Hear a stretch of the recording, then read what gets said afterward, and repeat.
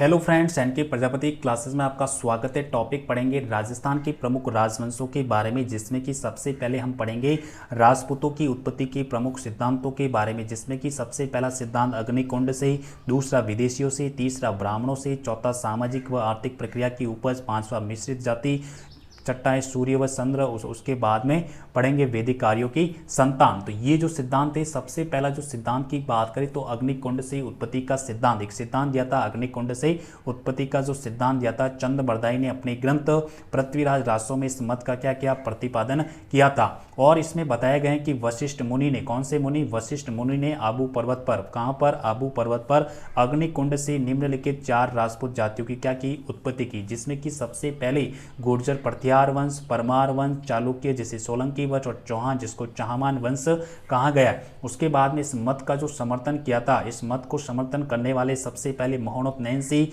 दूसरे जोधराज जिन्होंने हमीर रासो नामक ग्रंथ लिखा, और तीसरा सूर्यमल मिश्रण। अब सूर्यमल मिश्रण को राजस्थान का राज्य कवि भी कहा जाता है। इनकी जो रचनाएं वीर सतसई हैं, वीर सतसई नामक इसने वंश भास्कर इनकी प्रमुख रचनाएं मानी गई है। जेम्स टॉड ने इस मत का क्या किया, अप्रत्यक्ष समर्थन किया था। उसके बाद में दूसरा जो सिद्धांत है, विदेशियों से उत्पत्ति का जो सिद्धांत है, इसके जो प्रतिपादक थे जेम्स टॉड थे। कौन थे? जेम्स टॉड और विलियम क्रुक ने कहा था, जेम्स टॉड और विलियम क्रुक ने कहा था कि जो राजपूत जे शकों की सीतियन शाखा से इनकी उत्पत्ति मानी गई है। विंसेंट स्मिथ ने कहा था इनकी उत्पत्ति हूणों से मानी गई है। स्टैन फोनो ने कहा था इनकी उत्पत्ति हूणों से मानी गई है। और अलेक्जेंडर कनिंगम ने कहा था इनकी उत्पत्ति कुषाणों से मानी गई है। D.R. भंडारकर ने कहा था इनकी जो उत्पत्ति है विदेशी ब्राह्मणों से इनकी उत्पत्ति मानी गई।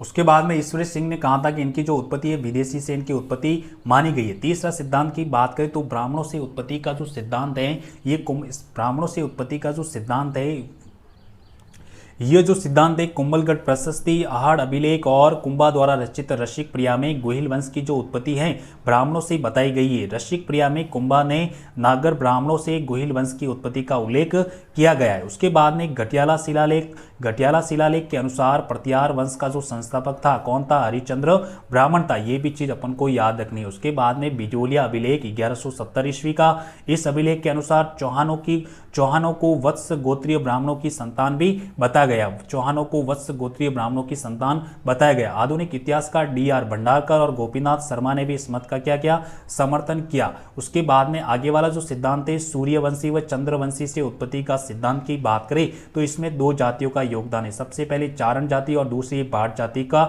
इस मत को लोकप्रिय बनाया।